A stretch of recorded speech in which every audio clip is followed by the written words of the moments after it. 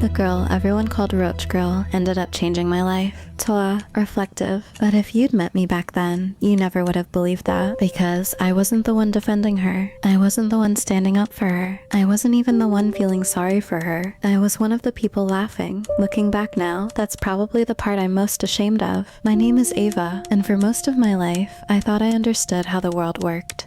I thought people with money were successful. I thought people without money were struggling. I thought having a huge house meant having a happy family. I was wrong about all of it, and it all started because of a cockroach. The moment it happened, our classroom exploded into chaos. Girls screamed, chairs scraped against the floor, half the class jumped onto their desks, the other half ran toward the door. Right in the middle of all the panic, a tiny cockroach crawled across the floor. Ew! Oh my gosh, get it away from me. Then someone said the words that changed everything. It's Penny's. The room immediately went silent. Every head turned toward her. Penny, the quiet girl, the girl who always sat alone, the girl whose clothes never seemed to fit quite right, the girl everyone had a nickname for, Roach Girl. And honestly, I believed it too.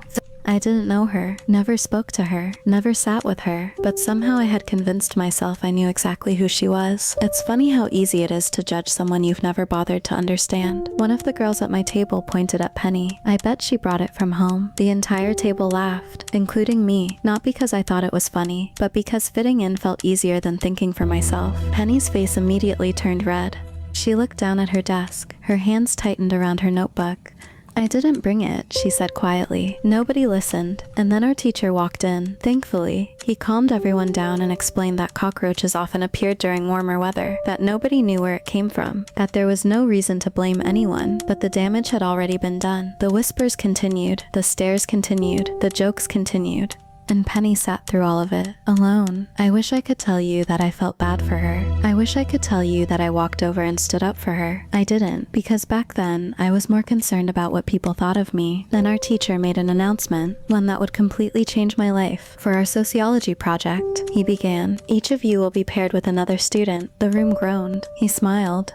Oh, it gets better. You'll be spending 24 hours living alongside your partner. The entire class erupted. What? No way. Absolutely not. Meanwhile, I was already thinking about who I wanted. Anyone except Penny. Unfortunately, the universe had other plans. When my teacher started reading the names, I barely listened. I assumed I'd end up with one of my friends. Then he said it. Ava. I looked up. And Penny. My stomach dropped. No, the word slipped out before I could stop it. The class burst into laughter. Penny didn't say anything. She just stared down at her desk, and somehow that made me feel even worse. I quickly raised my hand. Can I switch partners? My teacher shook his head. No. I tried again. There has to be someone else. No. The answer